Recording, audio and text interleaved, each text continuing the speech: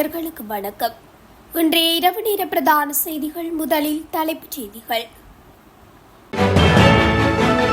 போலி நாணயத்தாள்கள் தொடர்பில் இலங்கை மக்களுக்கு விடுக்கப்பட்டுள்ள அவசர எச்சரிக்கை. பிளாஸ்டிக் பயன்படுத்தும் பொதுமக்களுக்கு அவசர எச்சரிக்கை. எரிபொருள் விலை 720 ரூபாய் கேள்விக்குள்ளான அரசாங்கத்தின் அறிக்கை. சொலிசி பாடகர் சங்கீத்சனின் விடுதலை, மன்னாரில் ஆதரவு போராட்டம். ஜோசித ராஜபக்சவுக்கு லஞ்ச ஊழல் ஆணைக்குழு அவசர அழைப்பு. சுரேஷ் ஆலையின் மனு ஜூலை 10 வரை ஒத்திவைப்பு. கூர்மையான ஆயுதத்தால் தாக்கப்பட்டு கொடூரமாக பெண் கொலை, போலீசார் தீவிர விசாரணை. மற்றொரு அரசு விடுமுறை, அரசாங்கம் பரிசீலனை. மண்டைத்தீவு படுகொலை செய்யப்பட்ட 31 பேர் 40 வருட நினைவேந்த நிகழ்வு அனுஷ்டிப்பு. தொடர்பென விரிவான செய்திகள். போலி நாணயத்தாள்கள் குறித்து பொதுமக்கள் விழிப்புடன் இருக்குமாறும் திட்டமிட்ட மோசடிகளுக்கு பலியாகாமல் செயற்படுமாறும் போலீஸ் ஊடக பேச்சாளர் உதவி போலீஸ் அத்தியட்சகர் எஃப்யூ உட்லர் தெரிவித்துள்ளார். இன்று அரசாங்க தகவல் திணைக்களத்தில் நடைபெற்ற சிறப்பு ஊடக சந்திப்பில் பங்கேற்ற போது அவர் இதனை குறிப்பிட்டுள்ளார். கடந்த சில நாட்களாகவே நாட்டின் பல்வேறு பகுதிகளில் போலி நாணயத்தாள்கள் புழக்கத்தில் இருப்பது குறித்து ஏராளமான முறைப்பாடுகள் வந்துள்ளதாகவும் சுட்டிக்காட்டியுள்ளார். கொட்டிக்காவத்தை பகுதியில் 55 வயது பெண்ணொருவர் மத்திய குற்றப்புலனாய்வு பிரிவினால் கைது செய்யப்பட்டுள்ளார். அவரிடமிருந்து 6300 போலி $100 அமெரிக்க கண்டெடுக்கப்பட்டுள்ளன. சந்தேக நபர் நீதிமன்றத்தில் முன்னிலைப்படுத்தப்பட்டு காவலில் வைக்கப்பட்டுள்ளதாகவும் அவர் தெரிவித்துள்ளார். இந்த ஆண்டு இதுவரை 251 போலி நாணயத்தாள்களும் 6924 வெளிநாட்டு நாணயத்தாள்களும் போலீசாரால் பறிமுதல் செய்யப்பட்டு சட்ட நடவடிக்கை தொடங்கப்பட்டுள்ளது. எனவே அன்றாட வங்கி அல்லது வர்த்தக பரிவர்த்தனைகளின் போதும் நாணயத்தாள்களை பெற்றுக்கொள்ளும் போதும் அதன் பாதுகாப்பு விளிம்பு, நீர்புகாத முத்திரை மற்றும் பிற சிறப்பு பாதுகாப்பு அம்சங்கள் குறித்து பொதுமக்கள் கவனமாக இருக்குமாறும் குறிப்பிட்டுள்ளார். தங்களுக்கு கிடைத்த நாணயத்தாள்கள் குறித்து ஏதேனும் சந்தேகம் எழுந்தால் அந்த நாணயத்தாள்களை மீண்டும் புழக்கத்துக்கு விட முயற்சிக்காமல் உடனடியாக அருகிலுள்ள போலீஸ் நிலையத்துக்கு தெரிவிக்க வேண்டும் என்றும் போலீஸ் ஊடக பேச்சாளர் மேலும் வலியுறுத்தியுள்ளார்.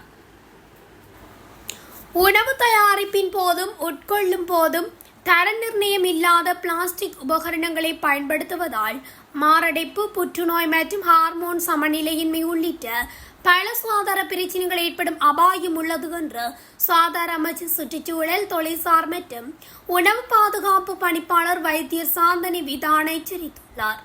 அத்துடன் நீண்ட காலமாக பிளாஸ்டிக் உபகரணங்களை பயன்படுத்துவதன் மூலம் இவ்வாறான நோய் தாக்கங்கள் ஏற்படுகின்றன என்று குறிப்பிட்டுள்ளார். சுகாதார மேம்பாட்டு பணியகத்தில் நடைபெற்ற ஊடகவியலாளர் சந்திப்பில் கலந்து கொண்டு கருத்து தெரிவித்த போதே அவர் இந்த விடயத்தை கூறியுள்ளார். காலை வேளையில் தேநீர் தயாரிக்கும் போதும் கொதிக்கும் சுடுநீரை தேயிலையுடன் சேர்த்து பிளாஸ்டிக் பாத்திரங்களை போடுகிறோம் அல்லவா? பிளாஸ்டிக் போத்தல்கள், சாப்பாட்டு பெட்டிகள் போன்றவற்றில் முறையான தர நிர்ணயம் இருப்பதில்லை. அதேபோல் வழியில் செல்லும் போதும் வீட்டிலிருந்து தண்ணீர் போத்தலை கொண்டு செல்லாமல் கடையிலிருந்து தண்ணீர் போத்தல்களை வாங்குகின்றோம். இவை அனைத்திலும் நமக்கு கண்ணுக்கு தெரியாத நுண்துகள்கள் செயல்படுகின்றன. இவற்றைத்தான் நாம் மைக்ரோ பிளாஸ்டிக் என கூறுகின்றோம். அத்துடன் BPA போன்ற வேறு சில நச்சு ரசாயனங்களும் பிளாஸ்டிக்கில் அடங்கியுள்ளன. சில நேரங்களில் குழம்பு வகைகளை பொலித்தீன் உரைகளை கொண்டு வருகின்றோம். சாப்பாட்டு பொதிகளை பொலித்தீனில் கட்டப்பட்ட உணவே இருக்கிறது. இவை அனைத்தின் மூலமும் பெருமளவிலான நச்சுக்கள் உடலுக்குள் நுழைகின்றன. இந்த நச்சுக்கள் நீண்ட காலமாக உடலில் சேரும் போது அவை நமது இரத்த நாளங்களூடாக பயணித்து மூளை, சிறுநீரகம், கல்லீரல் போன்ற உறுப்புகளில் படிந்து விடுகின்றன. இவ்வாறு நீண்ட காலம் படிந்திருக்கும் போது அந்த உறுப்புகள் செயலிழக்கக்கூடும். மேலும் இரத்த நாளங்களில் அடைப்பு ஏற்பட்டு மாரடைப்பு போன்ற நோய்களும் உண்டாகலாம். BPA போன்ற ரசாயன பொருட்களால் ஹார்மோன் குறைபாட்டு நோய்கள் மற்றும் மெலட்டுத்தன்மை போன்ற அசாதாரண நிலைகள் ஏற்படலாம். பலவிதமான தொற்றா நோய்கள் மற்றும் நீண்டகால அலர்ச்சி தன்மைகள் கூட உருவாகலாம். இறுதியாக இவை பல்வேறு வகையான புற்றுநோய்களாக வளர்ச்சி அடையக்கூடும். எனவே நாம் உணவை தயாரிக்கும் போது சாதாரண பாதுகாப்பான உபகரணங்களை பயன்படுத்தினால் மட்டுமே உணவு பாதுகாப்பு என்பது அர்த்தமுள்ளதாக இருக்கும்.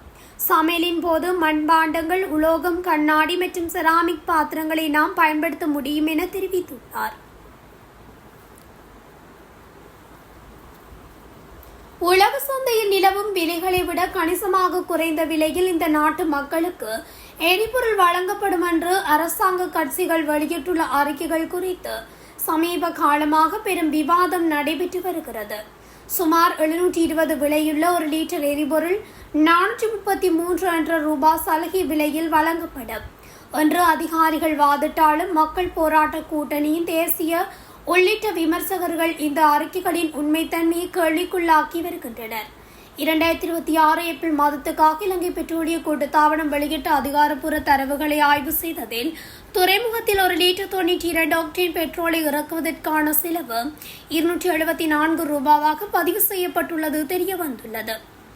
மேலும் கப்பல் போக்குவரத்து செலவுகள், காப்பீட்டு செலவுகள், சேமிப்பு, விநியோகம் மற்றும் நிர்வாக செலவுகள் உள்ளிட்ட மற்ற அனைத்து கூடுதல் செலவுகளையும் சேர்த்த பிறகு மொத்த செலவு 433 தாண்டவில்லை.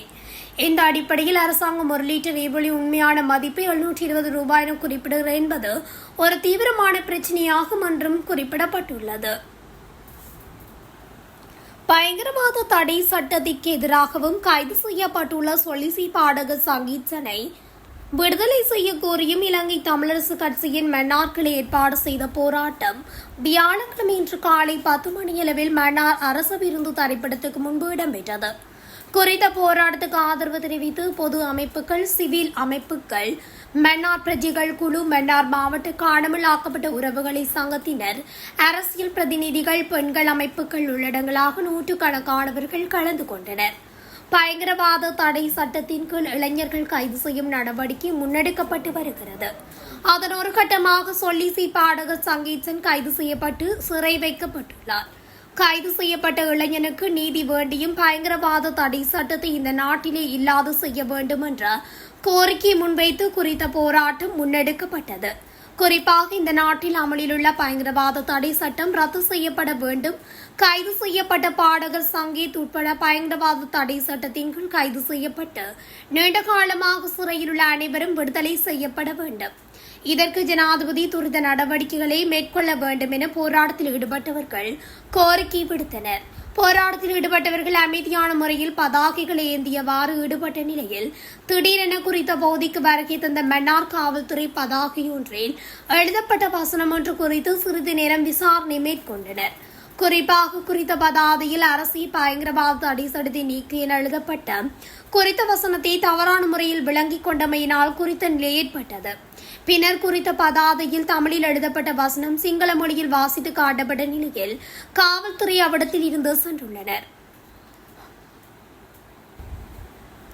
முன்னாள் ஜனாதிபதி மஹிந்த ராஜபக்சவின் மகனான ஜோசித ராஜபக்சவுக்கு லஞ்ச ஊழல் ஆணைக்குழு முன்னிலையாகுமாறு அழைப்பு விடுத்துள்ளது. இதன் அடிப்படையில் வரும் 16ஆம் தேதி லஞ்ச ஊழல் ஒழிப்பு ஆணைக்குழுவில் முன்னிலையாகுமாறு தெரிவிக்கப்பட்டுள்ளது. ஜோசித ராஜபக்சவுக்கு எதிராக மேற்கொள்ளப்பட்டு வரும் விசாரணை ஒன்றுக்கு அமைவாக வாக்குமூலம் ஒன்றை பதிவு செய்வதற்காகவே இந்த அழைப்பு விடுக்கப்பட்டுள்ளது. மஹிந்த ராஜபக்ச நாட்டின் ஜனாதிபதியாக இருந்த காலகட்டத்தில் விடுதலை புலிகளுக்கு எதிரான பயங்கரவாத யுத்தம் நிலவிய போது ஜோசித ராஜபக்ச ஒரு சப் லெப்டினன்ட் அதிகாரியாக இலங்கை கடற்படையில் இணைந்து கொண்டார். கடற்படையில் இணைந்து தனது ஆரம்பகட்ட ராணுவ பயிற்சியை முடித்த பின்னர் அவர் மேலதிக ஆலோசனைகள் மற்றும் பயிற்சிகளை பெறுவதற்காக பிரித்தானியாவுக்கு சென்றுள்ளார். இவ்வாறு அவர் வெளிநாடு சென்று உயர் பயிற்சி பெற்றமையானது நாட்டின் நடைமுறையில் உள்ள விதிமுறைகளுக்கு முரணாக அமைந்திருந்தது என்று அளிக்கப்பட்ட முறைப்பாட்டின் அடிப்படையிலே இந்த விசாரணை நடைபெறுகின்றமை குறிப்பிடத்தக்கது. அரசு புலனாய்வு சேவையின் முன்னாள் பணிப்பாளர் ஓய்வு பெற்ற மேஜர் ஜெனரல் சுரேஷ் சாலே தாக்கல் செய்திருந்த ரிட்மெடு மீதான மேலதிக பரிசீலனையை மேன்முறையீட்டு நீதிமன்றம் எதிர்வரும் ஜூலை மாதம் 10ஆம் தேதி வரை ஒத்திவைத்துள்ளது. பயங்கரவாத தடுப்பு சட்டத்தின் கீழ் குற்றப்புலனாய்வு திணைக்களத்தினால் நாம் கைது செய்யப்பட்டு தமக்கு எதிராக பிறப்பிக்கப்பட்டுள்ள தடுப்பு காவல் உத்தரவை செல்லுபடியற்றதாக்குமாறு கோரியே சுரேஷ் சாலே இந்த மனுவை தாக்கல் செய்திருந்தார். இந்நிலையிலே மனு மீதான பரிசீலனை நீதிமன்றத்தினால் ஒத்திவைக்கப்பட்டுள்ளது. ஹம்பாந்தோட்டை பகுதியில் கடையொன்றினை நடத்தி வந்த வயோதிப பெண்ணொருவர் அடையாளம் தெரியாத நபரால் கூர்மையான ஆயுதத்தால் தாக்கப்பட்டு கொடூரமாக கொலை செய்யப்பட்டுள்ளார். ஹம்பாந்தோட்டை பகுதியில் கடையொன்றினை நடத்தி வந்த 72 வயதான 3 பிள்ளைகளின் தாயே இவ்வாறு கொலை செய்யப்பட்டுள்ளார். இந்த சம்பவம் இன்று காலை சுமார் 6 மணியளவில் நடந்துள்ளதாக கூறப்படுகிறது. குறித்த பெண்மணியின் அலறல் சத்தத்தை கேட்டு சம்பவ இடத்துக்கு வந்த அப்பகுதி மக்களும் போலீசாரும் படுகாயமடைந்த பெண்ணை ஹம்பாந்தோட்டை மருத்துவமனையில் சேர்க்க உடனடியாக நடவடிக்கை எடுத்துள்ளனர்.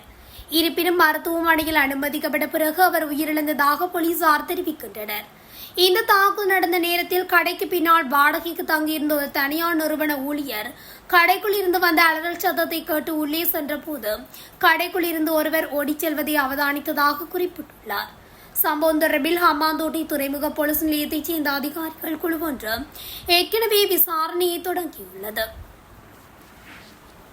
இந்துக்களின் புனித தினமான ஆடி அமாவாசையை அரசு விடுமுறை தினமாக பிரகடனப்படுத்துவது தொடர்பில் கவனம் செலுத்தப்படும் என்றும் அந்த விடயம் சமய விவகாரங்கள் தொடர்பான விசேட குழுவில் பரிசீலிக்கப்பட்டு முடிவுகள் விரைவில் அறிவிக்கப்படும் என்றும் புத்த சாசன சமய மற்றும் கலாச்சார அலுவல்கள் அமைச்சர் கினிதும சுனில் செனவி தெரிவித்துள்ளார்.